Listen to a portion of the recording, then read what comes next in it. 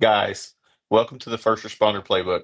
I have John Guaspari with me tonight. John's written, man, it's a Monday somewhere. Written 7 books, done a lot of leadership training with a lot of big companies. Like normal, I'm going to let him introduce himself because I want him to do himself justice. So, John, the stage is yours. Well, thanks, Brett. I appreciate the opportunity. Um, yeah, I've been around for a while. I started out my career as an aerospace engineer a long time ago, but quickly realized that was not the career for me. And the American flying public should thank me that I decided to move on. And I moved into other work I tried for a few years to work as a freelance writer, got a few things published, was unable to make a living at it. So I got a job at Honeywell in the Boston area. I now live in the Boston area. It's where I've lived. I grew up in New York, but I've lived in the Boston area ever since I got out of school. Um, and I worked for Honeywell, where I was kind of, the way I think of it, as like a Swiss Army knife of a writer. Anything that needed writing, I would write. Product descriptions, marketing brochures, executive speeches. If it needed writing, I would write it. And the best thing about that job is it's where I met the woman who would become my wife. And and I moved down from that job to another company, and it was while I was at that other company in a similar kind of position that I um, I noticed something about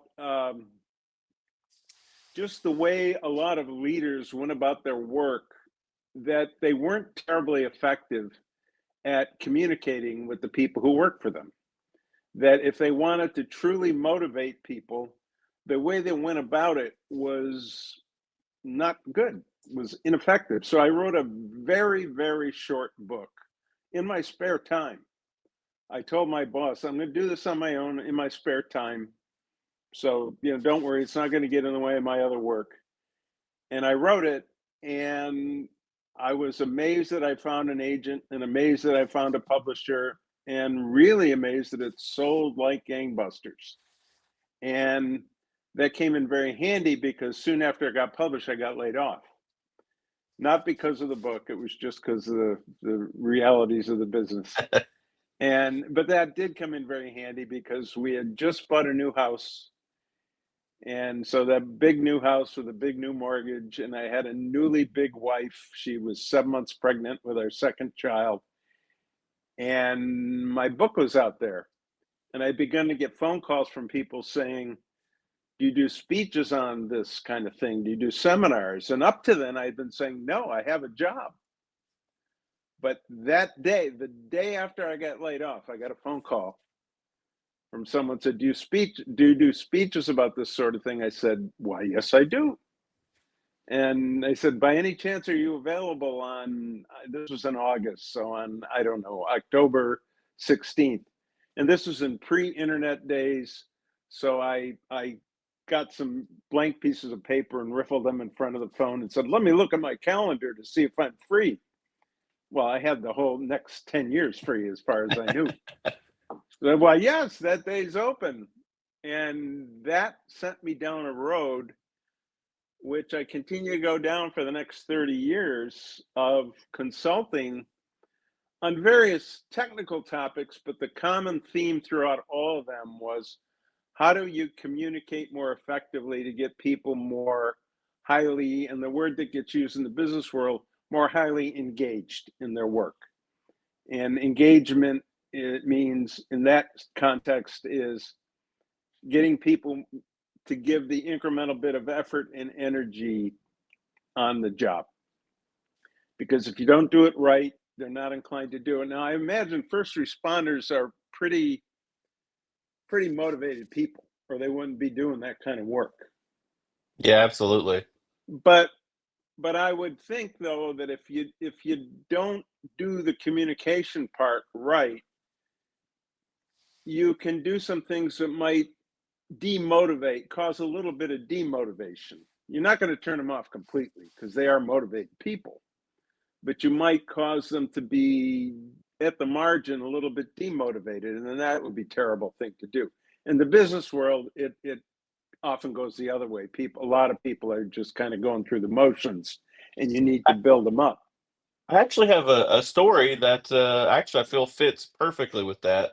Okay. Um, I had a supervisor that, man, I swear, me and my best friend would do the exact same thing, and he would get a commendation, and I'd get wrote up. Um, for whatever reason, me and that supervisor just did not mesh up very well. And when was on his shift, it just demotivated me because he didn't know how to communicate with me.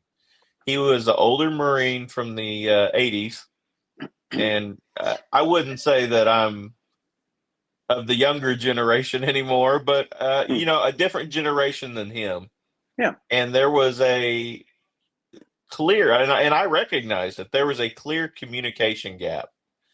And I tried so hard to fix that.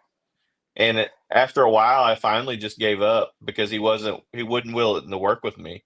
And I gave up on trying to communicate with him because I knew what the issue was. There was a generational gap. He was ex-military. I'm not.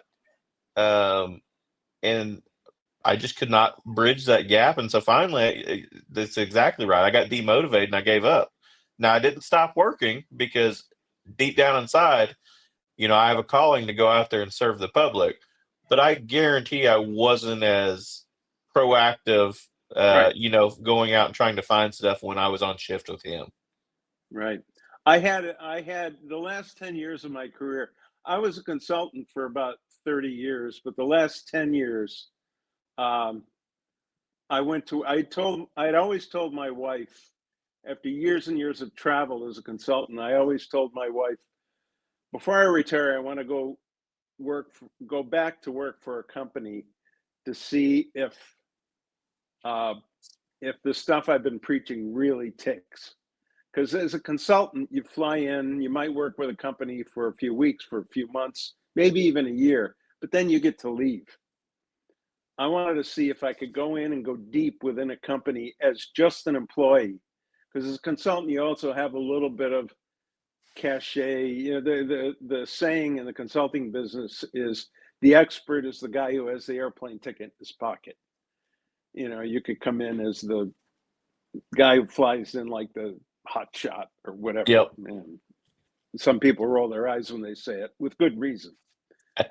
And and so I got a job with a major defense contractor. Now, these defense contractors, the management of these defense contractors tend to be populated by former military. So at one point while working there, I had responsibility for the leadership development program of a very large chunk of the business. And so one of the people that I was counseling was a retired admiral. And good guy, well-intentioned guy, smart guy, said to me, John, I know what I want done. I think I'm clear about what I want done. I tell people what I want done. It doesn't get done in the way I want it done or as fast as I want it done. And I remember saying to him, well, Bill, you got to realize that people don't do what you want them to do in the way you want them to do it. You can't have them thrown in federal prison anymore. You've got to use some influence techniques. You can't just say do it or you're going into the brig, and also you don't want to play occasionally, not into the brig, but occasionally, yes, if you're a boss, occasionally you might want to just simply use your authority to get something done. But if that's your go-to move, you're not going to be very effective as a leader. Right. You need to know how to influence people. So it was because of that and examples like that over the years I learned a fair amount about what worked and what didn't work. And that's what you mentioned that I had written 7 books. As a matter of fact, I just published my 8th book. That's awesome. and it's a very short book, and its title is "If Engagement is the What, Then Respect is the How." And what it's saying, if what you want is to have your employees more highly engaged, then about 85% of the battle is treating them with respect. And I don't simply say that, but I talk about what that really means and how you go about doing it, and why, if you don't do that, you're going to run into those kind of roadblocks and pitfalls. That's so true, and that's actually something that for the longest time I felt like in the first responder world that they didn't recognize is it was always, well, that's the way we've always done it, and that's the way we're going to continue to do it. And I feel like maybe in the last 5 to 10 years, it's finally started to come out a little bit of like, hey, if you have 5 people on your shift as a supervisor, you've got 5 different personalities that you have to manage that probably have 5 different interests in law enforcement. And you kind of have to, it's kind of like baking a cake. You got to put all the ingredients together to make a good shift. It's And fine. Oh, yeah, go ahead. I was just going to say it's slowly getting better, but I mean, it's definitely taking a long time. It's 5 different interests in law enforcement and 5 different life stories. Like, again, the fellow you had on your last episode had triplets crying in the background. Yes. I'm 75 years old. You aren't going to hear any triplets crying in the background in my life. What you see over there is a cat. That's a sentence I never thought I would utter. I have a cat. My my wife passed away 5 years ago, and I inherited her. Actually, I have 3 cats. That's an even less likely sentence I thought I would ever. But I don't have triplets. So I mean, I have a very different life. I head up I play a lot of golf. I'm on the board of governors at my golf course. I head up a committee, and I'm trying to pull together a meeting for my committee. And I'm thinking, well, I'll just pull everybody together at 10 o'clock in the morning. And then wait a minute. People still work. I can't, I Yep. can't just assume everybody can show up at 1 in the afternoon like I can. Why Yep. can't they? And I mean, that's a silly example, but it is and it isn't. It's just taking a minute to realize, oh, yeah, they have their own lives, they have their own issues. Everybody and everybody has a story to tell. Everybody has some stuff that's going on in their life that's tough, that's that may or may not be any of your business, but you need to acknowledge that people are living real lives, and you got to give people a little bit of slack in the rope so that they can live there, all that stuff. And that's, I'm almost embarrassed that I that this stuff that, I mean, I'm pointing over here. This is my book here, the new one.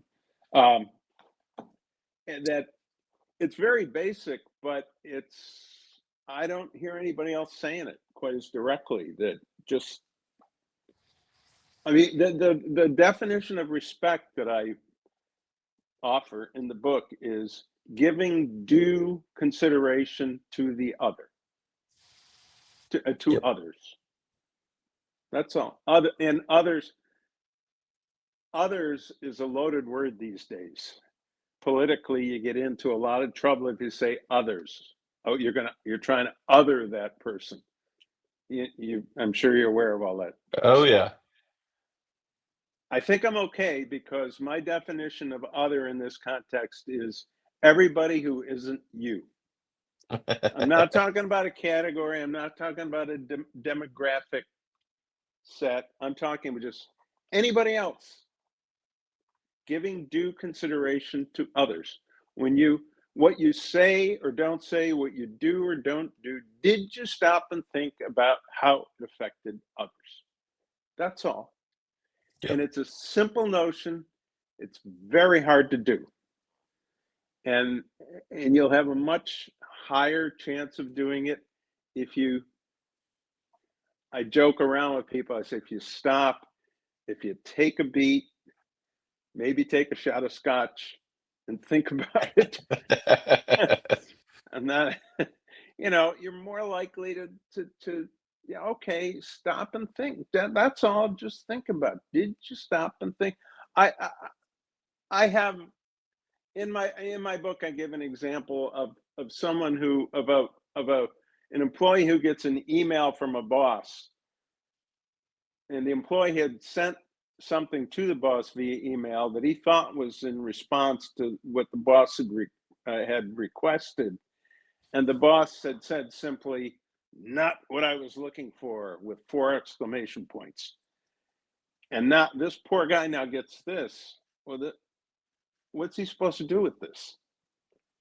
Does he go see the boss? Well, if he knows the boss well, maybe he can. He can go and say, "Hey, you having a bad day? What is this?" But if you don't know him well, maybe he can't. You know. Yep. Uh, but if the boss had taken a minute and said, he could have said, "Not what I was looking for," but then added a little bit. I thought we were going to talk about X, Y, and Z. Now the person, no, okay, now you've given me something to go on. But because he just blew off steam, he sent that guy into a swivet. Maybe that guy had to cancel his staff meeting with his people, and that has a ripple effect throughout the organization. They had to rearrange their schedules because he hadn't given due consideration, because he had been disrespectful. And if you're not being respectful of people, why would you think down the road they're going to give incremental effort and energy? Why would you think they're going to be more highly engaged? Exactly. I was talking to somebody about this the other day. They said, "Oh, it's very easy." I said, "It's not easy. It's simple. There's a difference. Something can be simultaneously simple and difficult. The notion of giving consideration is a simple notion, but it's difficult to do in the midst of a day when you're very busy and you've got your own stresses and strains, and maybe you're getting flack from your boss, but you got a better chance of doing it if you keep that in mind. That's all I propose. I agree wholeheartedly. And that's, and you say it's not a hard topic, and it is with how simple it is, but a No, lot it of is times hard. It's difficult. It's a simple notion, but it's difficult to do. that's what I was going to get at is it's it's something that people just don't grasp for whatever reason, you know? I, I think some people they they I think some people, well, here, these are the worst cases, think if they're higher than, they look at an organizational chart and they think, well, if I'm here and you're here, I don't need to worry about that. I need to worry about this, up, not down. And that's cancer Yep. on an organization. What I was reading some of the questions that intrigue you, and first responders, I mean, I'm not going to say they're unique, but we have a very paramilitaristic structure. We have our line supervisors, and then they have, probably like the next level above them are the ones that, maybe run the shifts or run the districts, and then you have your administration level supervisors. What's the one leadership skill that matters the most at each level? At each level or at all levels? All levels. I I would think listening, and first cousin to listening is empathy, and knowing, and again, I've said to people, giving due consideration to the other does not mean you're there to throw rose petals in people's paths. You got a business to run. You've got a first responder organization, and that is, there are times when it's literally life and death, and Yep. they're in time to go through all kinds of niceties. So I'm not Yep. suggesting that. That's why the word due, D-U-E, is in there. Giving appropriate consideration to the other, due consideration to the other. But I just think, that one of the things you'll hear people talk about, and one of the things I say in the book, I offer a first cousin to respect is trust. And the definition of trust that I offer is confident expectation. That if everybody knows what to expect, that means time has been taken to set those expectations. And is confident in that, and is confident in what will happen if expectations aren't met. Then you can have trust. So, for example, if someone in good faith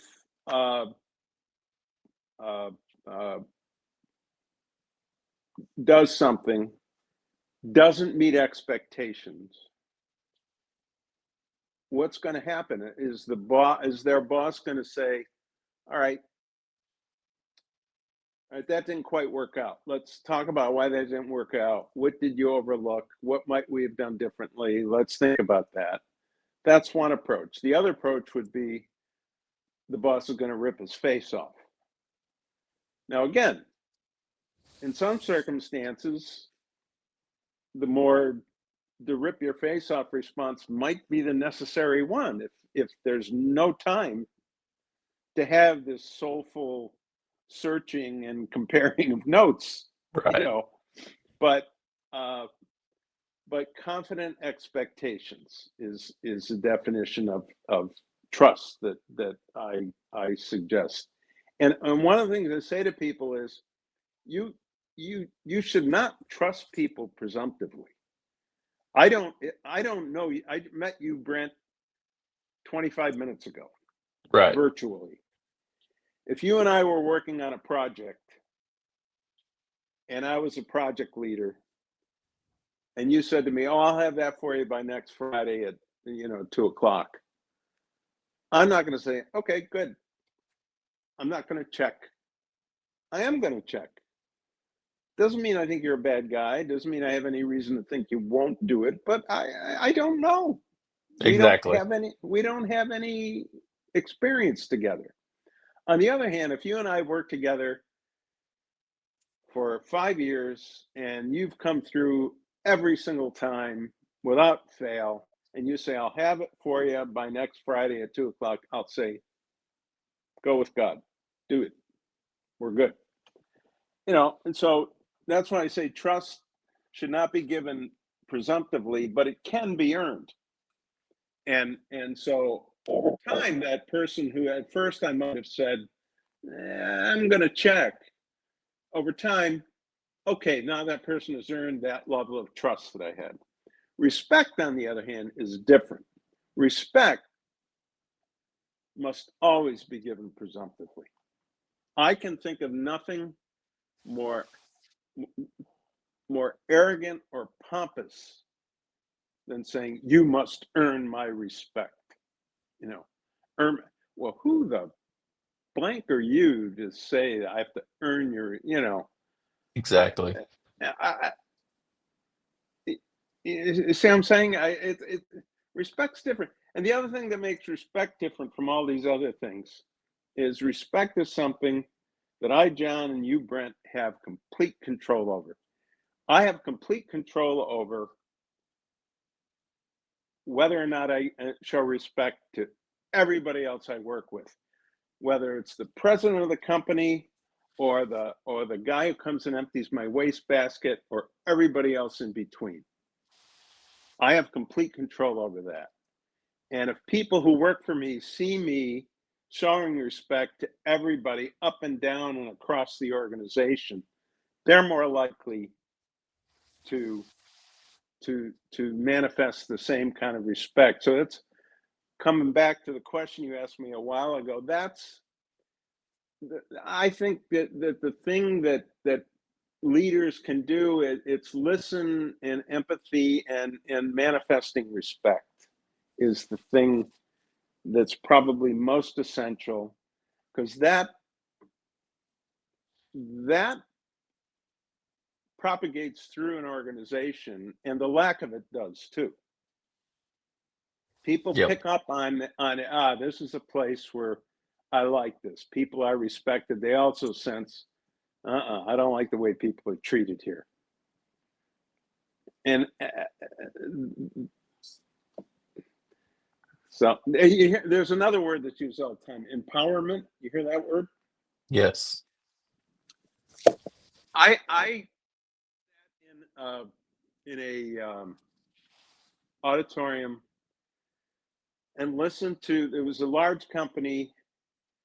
They were getting the results of a survey they had done of their employees. Thousands and thousands of employees. It was a big company. And they asked their employees the extent to which they felt empowered. And the results were very disappointing. So the president of the company got up after the results had been reported and there was some discussion about it. The president of the company got up and he said, you could tell he was this, he shook his head and he said, and the people in the room were his direct reports and their direct reports. So these were high-level people in the company. He said, I need you people to understand something. You are all empowered. I now need you to go back and tell your people, make sure your people understand that they are all empowered. And I was sitting in the back of the room, and I could, from where I was sitting, I could see a guy in the front row as one of his vice presidents. He started to put his hand up, and then he pulled it down. And then there was a break. And so during the break, I got a hold of that guy. And I said, you wanted to say something when he said, he told people that he wanted you to go and tell people they were empowered. And he said, yeah, I did. I said, what was it you wanted to say? He said, what I wanted to say was, we could tell people they're empowered until we're blue in the face. But if they don't feel empowered, they're not empowered. And I said, well, why didn't you say it? He said, oh, no, too risky. Think of the irony of that. He didn't feel empowered to tell his boss that the way he was approaching empowerment was wrong. He was not empowered to say that's not the way to do empowerment. And the definition of empowerment that I suggest in the book is a feeling of safety while exercising judgment on the job. A feeling of safety while exercising judgment. So if you're on the job and you're just going down a checklist, you don't need to exercise judgment.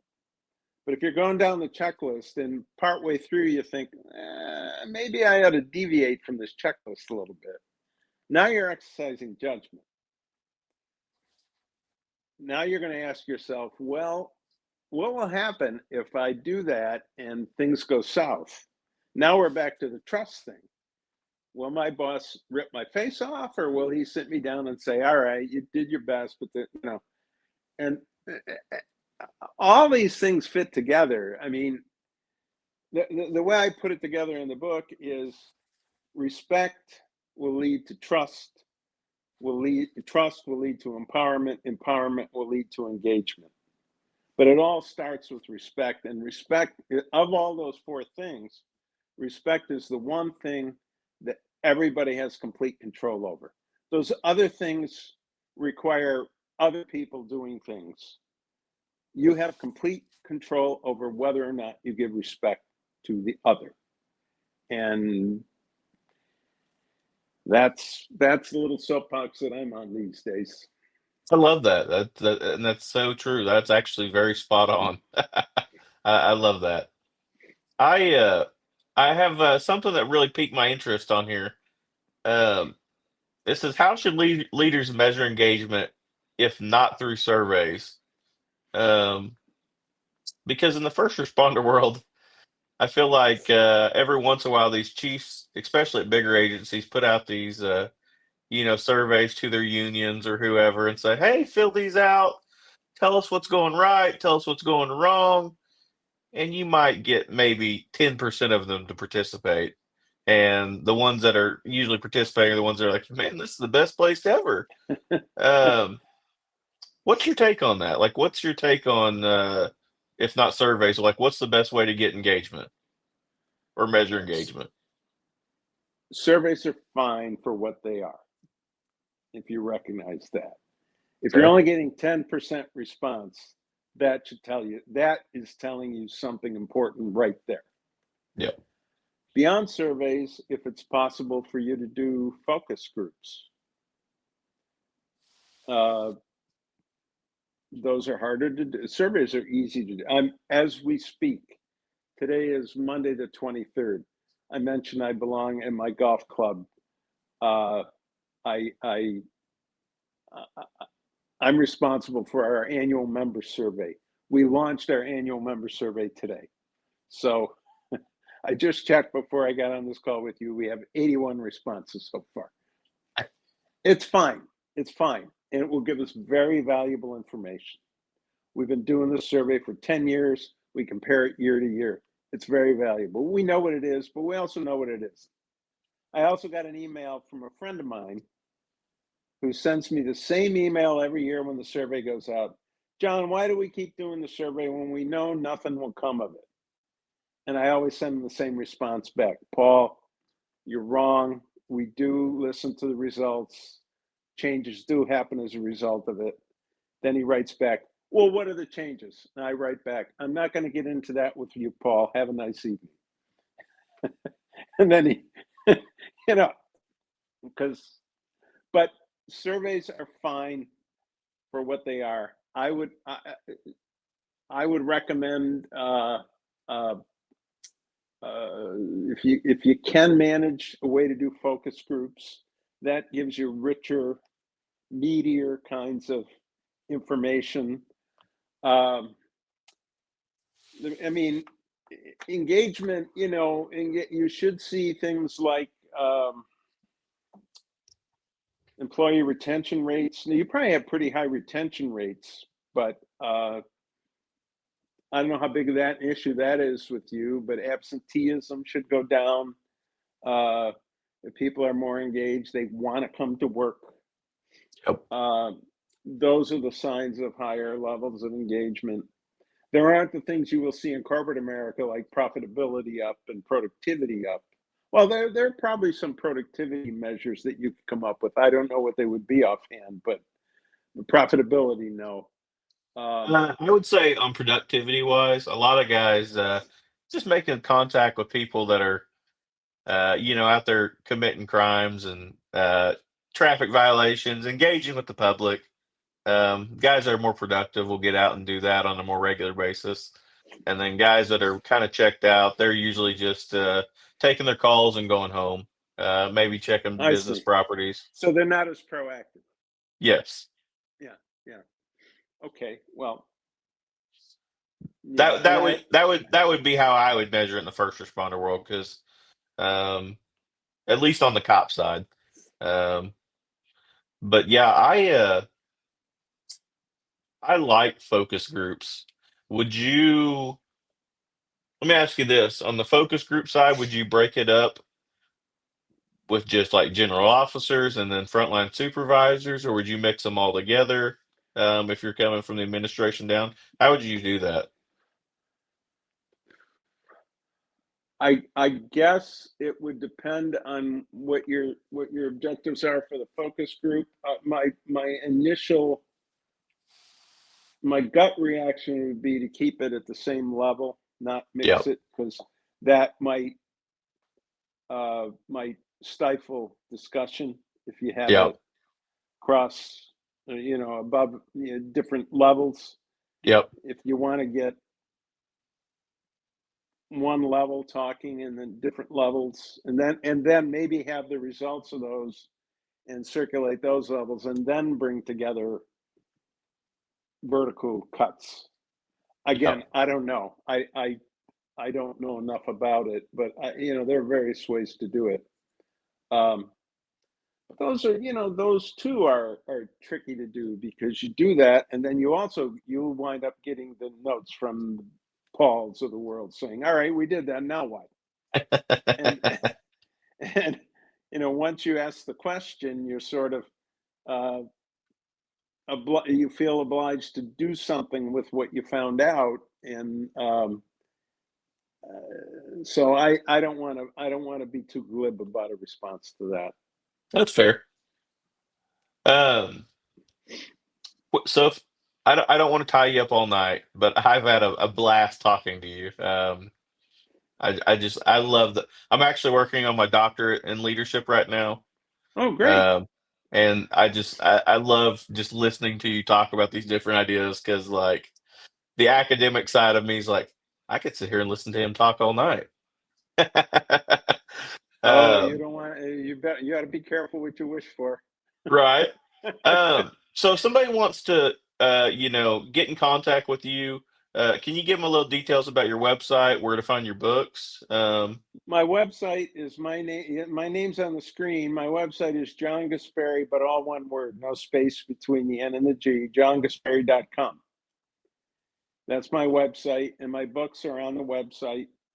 And along with, I over the years have written hundreds and hundreds of articles. They're not all there, but I've culled through and have a number of articles on the website. I also,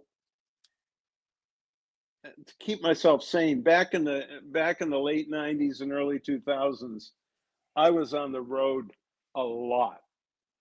And to stay sane, um, I wrote a weekly humor column for my local newspaper.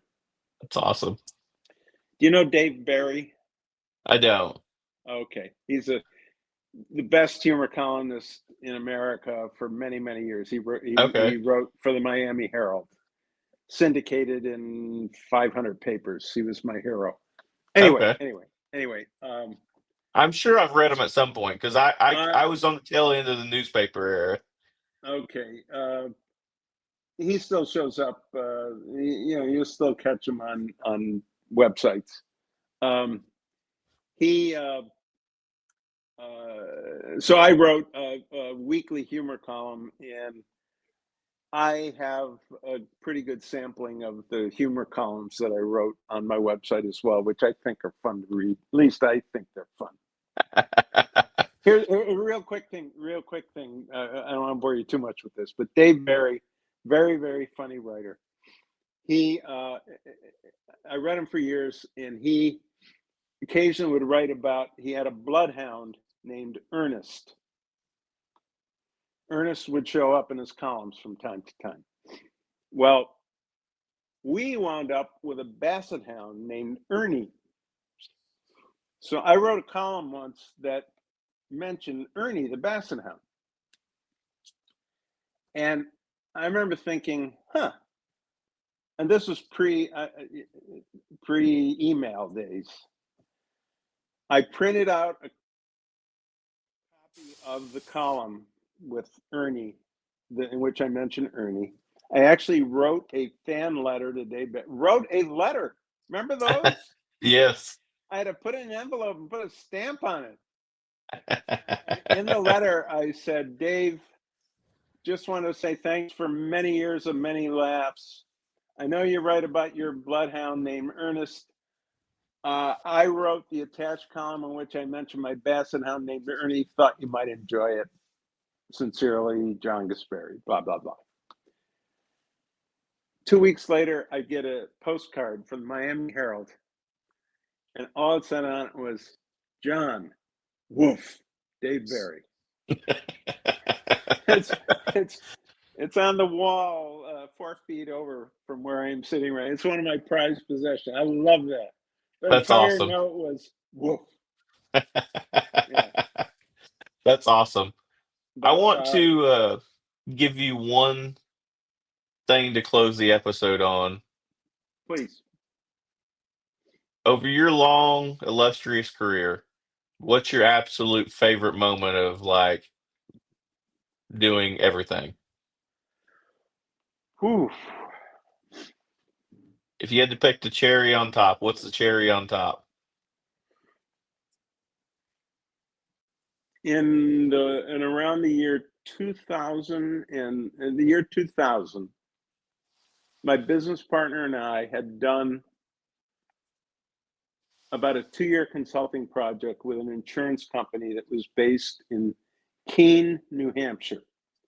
Keene is a little town in the lower left-hand corner of New Hampshire. And when we bid the project, it was just he and I, and you know, and the name of our company was Guaspari and Salz. His name was Nort Salz. And like in the consulting world, you have stringers who you call on for any given project. You reach out and grab, we need 3 people, we need 5. Everybody knows a bunch of people who will help out. So it was a pretty good sized project for us. And we were going up against 2 of the big consulting companies based in Boston. And we were 2 little jabronis in in suburban Boston. And it came down to the final dog and pony show. It was down to 3 of us.